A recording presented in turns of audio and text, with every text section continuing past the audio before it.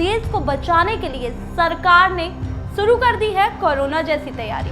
आज रात 12 बजे से संपूर्ण देश में संपूर्ण लॉकडाउन होने जा रहा है। क्या मिडिल ईस्ट की जंग भारत में ला सकती है महंगाई का तूफान? इस युद्ध के कारण दुनिया में जो कठिन हालात बने हैं, उनका प्रभाव लंबे समय तक बने रहने की आशंका है।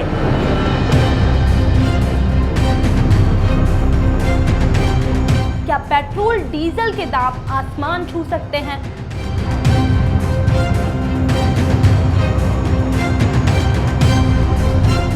नमस्कार, मैं हूं आप सभी के साथ प्रियांशी मिश्रा और आप देख रहे हैं कंटाप न्यूज।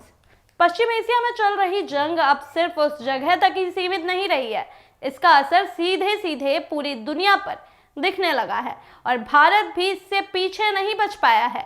यानी तेल और गैस की सप्लाई पर खतरा मंडराता जा रहा है और इसी को देखते हुए भारत सरकार ने समय रहते एक बड़ा कदम उठा लिया है।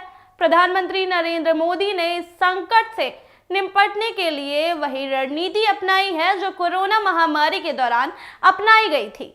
उस समय देश में हालात को संभालने के लिए अलग अलग क्षेत्रों में एक्सपर्ट की टीमें बनाई गई थी, जिसे एम्पावर्ड ग्रुप कहा जाता था। और अब एक बार फिर से उसी मॉडल को लागू किया जा रहा है। यानी इस बार भी 7 एम्पावर्ड ग्रुप बनाए गए हैं, जिसमें देश के सीनियर अधिकारी, एनर्जी एक्सपर्ट्स और आर्थिक विशेषज्ञ यानी इकोनॉमिक एक्सपर्ट भी शामिल होंगे। और इसका सीधा काम है कि हर स्थिति पर नजर बनाए रखना, तुरंत फैसले लेना और देश को किसी भी तरीके की ऊर्जा संकट से पहले ही बचा लेना। अब लेकिन ऐसे में जो सवाल उठ रहे हैं वो यही है कि ये 7 टीमें आखिर करेंगी क्या। इसका फोकस कुछ इस तरीके से स्पष्ट रहेगा कि देश में पेट्रोल, डीजल, गैस और जरूरी जो ऊर्जा संसाधन है उनकी सप्लाई को किसी भी हालात में बाधित नहीं होने देना। और इसके साथ ही ये टीमें महंगाई पर लगाम लगाने, सप्लाई चेन को मजबूत बनाए रखने और बाजार में किसी तरीके की अफरा तफरी को रोकने के लिए भी लगातार काम करेंगी। हाल ही में अंतर्राष्ट्रीय बाजार में कच्चे तेल की कीमतें $112 प्रति बैरल तक पहुंच गई थी और यही एक बड़ा संकेत के तौर पे देखा जा रहा है कि अगर ये जंग और लंबी चली तो कीमतें और ज़्यादा बढ़ सकती हैं और इसका सीधा असर भारत जैसे देशों पर पड़ेगा जो अपनी ज़रूरत का बड़ा हिस्सा आयात पर ही निर्भर रखते हैं। और इसी खतरे को देखते हुए सरकार ने 3 स्तरों पर रणनीति तैयार कर ली है। ये 3 जो स्तर हैं वो कुछ इस प्रकार हैं: शॉर्ट टर्म, मीडियम टर्म और लॉन्ग टर्म। अब हम आपको बताएंगे कि ये टर्म और इनके लक्ष्य क्या है। जो शॉर्ट टर्म है ये सबसे बड़ा लक्ष्य है, यानी इसमें देखा जाएगा कि तुरंत सप्लाई बनाए रखें और कीमतों को काबू में रखना इसका मेन उद्देश्य माना जाता है। वहीं मीडियम टर्म में सरकार नए देशों से तेल और गैस आयात करने के विकल्प तलाश रही है और जो लॉन्ग टर्म है उसमें भारत अपनी ऊर्जा सुरक्षा को इतना मजबूत बनाना चाहती है कि भविष्य में ऐसे संकटों का असर कम से कम भारत पर पड़ सके। पहले भारत करीब 27 देशों से तेल और गैस आयात करता था, लेकिन अब इस संख्या को बढ़ाकर 41 देशों तक का आंकड़ा पहुंच चुका है। यानी जो पहले 27 देशों से ऊर्जा निर्यात आयात हो रही थी वही अब 41 देशों तक बढ़ गई है और यही एक बड़ा कदम है, क्योंकि इससे किसी भी एक क्षेत्र पर जो भारत की निर्भरता है ये कम होगी और सप्लाई चेन भी मेंटेन रहेगी। रुकावट आने की जो संभावनाएं हैं कि तेल की आपूर्ति नहीं हो पाएगी, वो संभावनाएं एक तरीके से घट जाएंगी। और इसी के साथ ही भारत अपने ऑयल रिजर्व को भी लगातार बढ़ाने का प्रयास कर रहा है। पहले जहां देश में करीब 53 मिलियन टन का रिजर्व हो पाता था, अब उसे बढ़ाकर 65 मिलियन टन की तैयारी कर ली गई है। और इसका मतलब यही है कि अगर अचानक सप्लाई रुक जाए तो देश के पास कुछ समय तक अपनी ज़रूरतें पूरी करने के लिए पर्याप्त भंडार मौजूद रहेगा पहले से ही।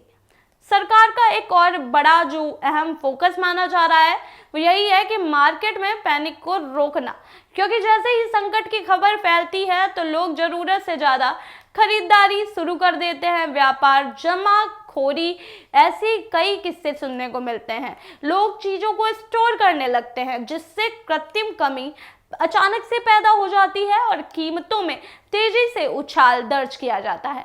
और इस बार सरकार ने साफ कर दिया है कि जमाखोरी और कालाबाजारी पर सख्त कार्रवाई की जाएगी। हर स्तर पर निगरानी रखी जाएगी ताकि आम लोगों को किसी भी तरीके की परेशानी ना हो। वहीं एक्सपर्ट का भी कहना है कि यह सिर्फ एनर्जी सेक्टर का संकट नहीं है, बल्कि पूरी इकोनॉमी को प्रभावित करने वाला एक फैक्टर बन चुका है। अगर तेल और गैस की कीमतें लगातार बढ़ती हैं तो ट्रांसपोर्ट महंगा होगा, जिससे हर चीज की कीमत ऑटोमेटिक बढ़ जाएगी, चाहे वो खाने पीने का सामान हो या फिर रोजमर्रा की जरूरतें। आपकी दैनिक जीवन की दिनचर्या में जीने वाले रहने वाली एक एक वस्तु का दाम आसमान छू सकता है अगर ये मिडिल ईस्ट का तनाव जो है वो कम नहीं होता है। लेकिन यहाँ पर एक अहम बात जो है वो समझना बेहद जरूरी हो जाता है। यह कोरोना जैसी हेल्थ इमरजेंसी नहीं है। इसका मतलब यह नहीं है कि देश में लॉकडाउन लगेगा या लोगों की आवाजाही पर कोई रोक लग जाएगी। अर्थशास्त्रियों की माने तो यह एक सप्लाई शॉक है, यानी समस्या सप्लाई में है, ना कि लोगों की सेहत में। इसीलिए इसका समाधान भी सप्लाई को मजबूत करने में ही होगा, ना कि लॉकडाउन जैसे कदम उठाकर ये चीजें या फिर ये समस्याओं को रोका जाएगा। सरकार का जो सबसे बड़ा इस समय का लक्ष्य है वो यही है कि आम आदमी की जिंदगी सामान्य बनी रहे और पेट्रोल पंप पर लाइन न लग पाए, गैस सिलेंडर की किल्लत ना हो और बाजार में जरूरी सामान आसानी से मिलता रहे। अब अगर हम दूसरे देशों की इस समय बात करें तो वहां हालात कहीं ज्यादा गंभीर हो गए हैं। फिलीपींस में तो इस समय देखते हुए हालातों को एनर्जी जैसी जो रिक्वायरमेंट है उस पर इमरजेंसी तक घोषित कर दी गई है। वहाँ काम के घंटों को कम कर दिया गया है और वर्क फ्रॉम होम लागू हो गया है। और आपको बता दें, पाकिस्तान के जो हालात हैं वो तो पहले से ही गरीबी के मारे हुए हैं और ऐसे में लोग सड़कों पे उतरकर विरोध करने लगे हैं और वहाँ पे जो वर्किंग आवर्स थे वो भी कम कर दिए गए हैं। बच्चों के स्कूल बंद हैं। आपको बता दें, यहाँ तक कि अभी ईद हुआ और इससे पहले रमजान थे, उसकी भी इफ्तार की जो पार्टीज होती थी वो भी कैंसिल हुई हैं। तो पाकिस्तान में भी जो तेल का संकट है बहुत गहराया हुआ है। और अगर बात करें, बांग्लादेश ने पहले ही भारत से डीजल मंगलवार अपने स्टॉक को मजबूत करना शुरू कर दिया है। और आपको बता दें कि वहां भी स्कूलों में ऑनलाइन क्लासेस और दफ्तरों में वर्क फ्रॉम होम लागू हो गया है।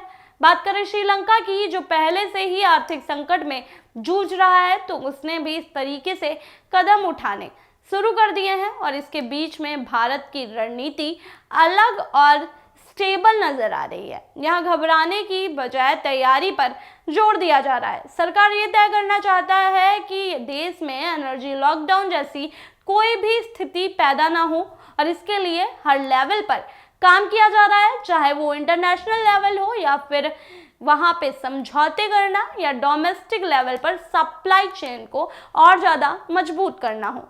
लेकिन ऐसे में जो बड़ा सवाल उठ रहा है वो यही है कि क्या ये तैयारी आने वाले संकट को रोक पाएंगी?